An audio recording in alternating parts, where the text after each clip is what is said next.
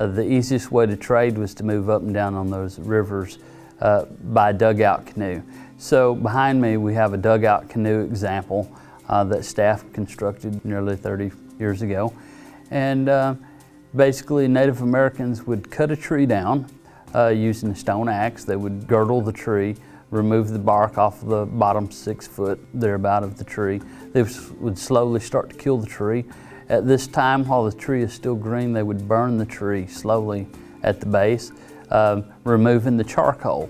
Once this tree was on the ground, they would then take these hot coals, set it onto the top of the canoe using clay and other tools to slowly burn down into the tree, creating a dugout canoe. They would use something like a stone adze to help chop away the charcoal. This process would take about 2 weeks.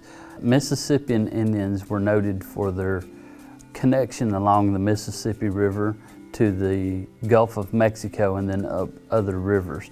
You would then load these canoes with all the goods that you wanted to trade down to the Gulf of Mexico and maybe any of the tribes along the way. Once you got down to the Gulf Coast at your final destination, that canoe became part of your trade goods. They would then have to walk all the way back, probably trading some of the things that they picked up on the coast along the way. And the chief had first pickings of all the good items. One of the major trade items that we had here is, because of the abundance of clay, is pottery. So we can use the pottery to judge time distance because of the things that they would add in.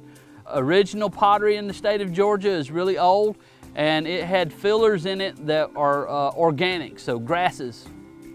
That helps it from falling apart.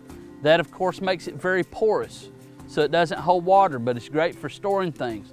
Eventually they start using sand instead of organic materials, or even shell from the coast.